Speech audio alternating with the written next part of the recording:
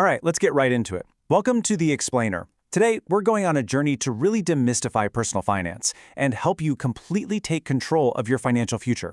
We are unpacking the core concepts from the absolute legendary personal finance book, Rich Dad, Poor Dad. Specifically, we're going to be looking at the exact steps and, more importantly, the mental shifts required to transform your mindset from being a standard employee to becoming a seriously savvy investor. Most people fail to realize that in life, it's not how much money you make, it's how much money you keep. You know that feeling when you're working super hard, getting those promotions, earning raises, but your bank account just doesn't really seem to reflect all that effort? Well, this quote brilliantly hits the nail on the head. It is not about your top-line income. It's about what actually stays in your wallet. And that simple, profound truth, that's the foundation for everything we're about to explore today. Okay, Section 1. Two dads, two mindsets. To truly get this financial shift, we first need to understand the foundational story from the source material, which is all about contrasting two very different, very powerful mentalities. So, the poor dad, who is actually the author's biological father, was highly educated. He was a college professor, and he firmly believed the key to life was getting a stable job, avoiding financial risks at all costs, and he literally believed that the love of money is the root of all evil. But then, we have the rich dad. This was his best friend Mike's father. He didn't have that same academic pedigree, but he was a massive entrepreneur. His take? The lack of money was the root of all evil.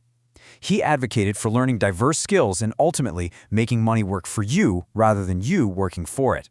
Now, what's really fascinating is how these two different mindsets shape our everyday language. The poor dad had a habit of looking at things and just saying, "I can't afford it."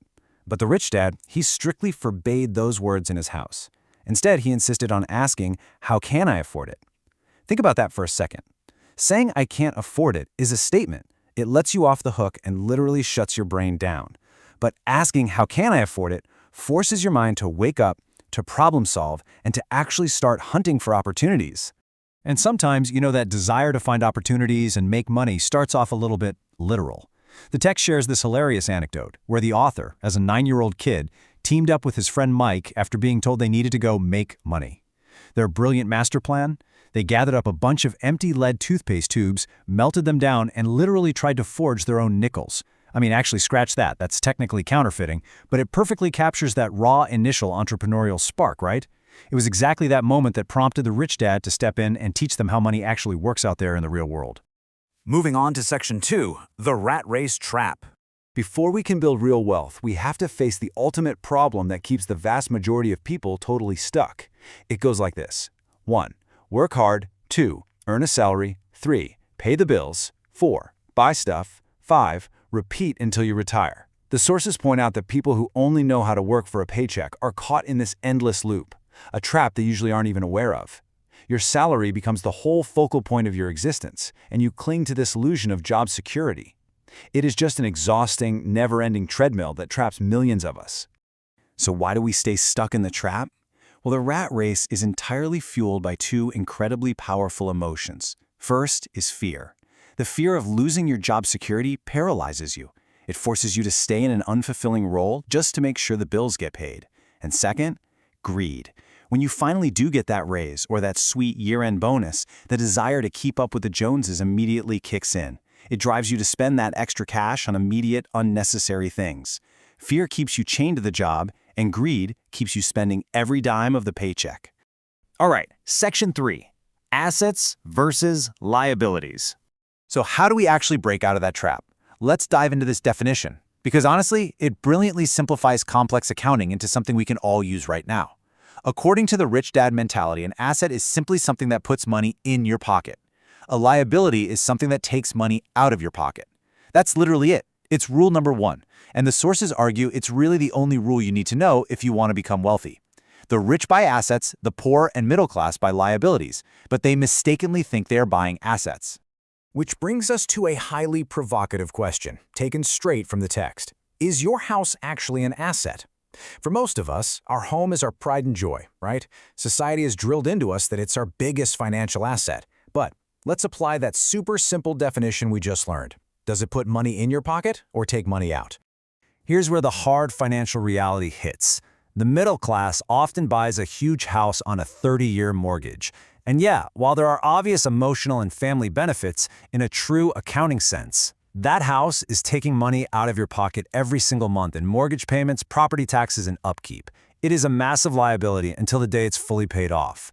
The rich approach this entirely differently. They prioritize building revenue-generating assets first. We're talking things like stocks, bonds, or rental properties, and then they use the passive income from those assets to buy their big houses and luxuries last.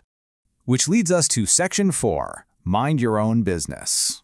Here, we really shift our focus to the crucial difference between working in your profession and actually building your own wealth.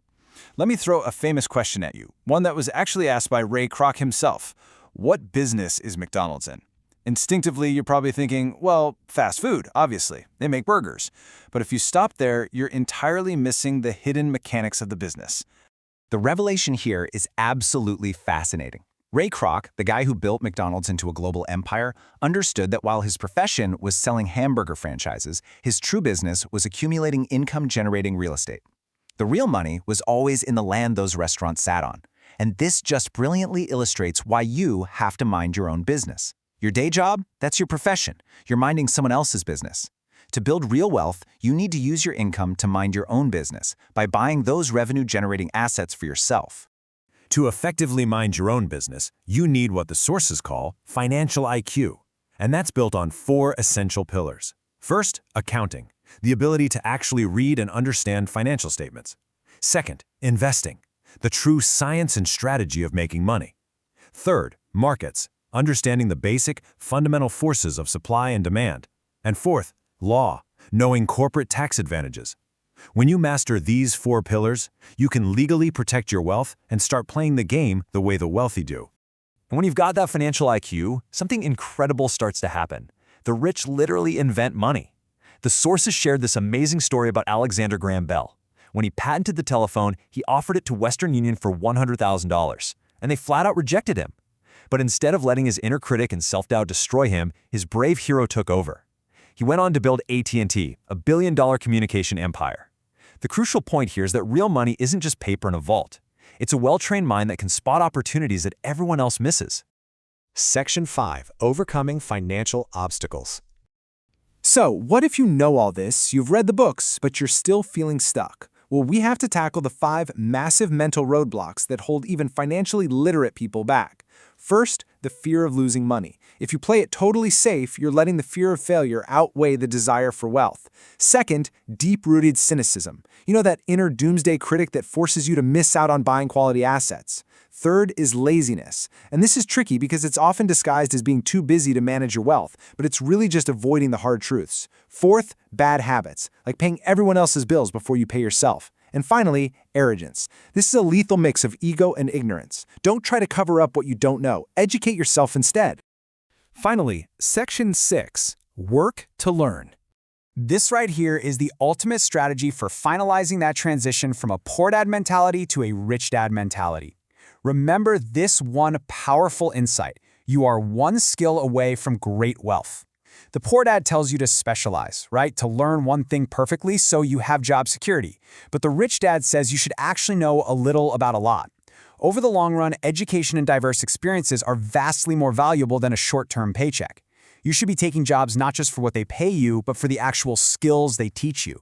So what exactly should you be learning? Well, the sources insist these core skills are absolutely mandatory. You need to master managing your cash flow, managing your time, and managing people. But it certainly doesn't stop there. They heavily emphasize communication skills and the ability to sell. Think about it. Even if you're the most incredible artist in the world, if you can't sell your product or your service, you're simply not going to be successful in a capitalist economy. The absolute biggest takeaway here: start now. Action always beats inaction. The real money isn't sitting in your wallet. It's in training your mind to be financially intelligent. As the sources remind us over and over, your education is hands down your best investment. Don't be terrified to take risks. Learn from your losses so you lose less the next time around, and continuously invest in your own financial literacy. As we wrap up this explainer, I want to leave you with one final incredibly powerful question. Are you working for money, or is your money working for you? It's a remarkably simple question, but your answer literally dictates your entire financial future. Choose your thoughts carefully, push past the fear, start acquiring real assets and make that money work for you. Thanks so much for joining me on this explainer, and I really hope this sparks an exciting new chapter in your financial journey.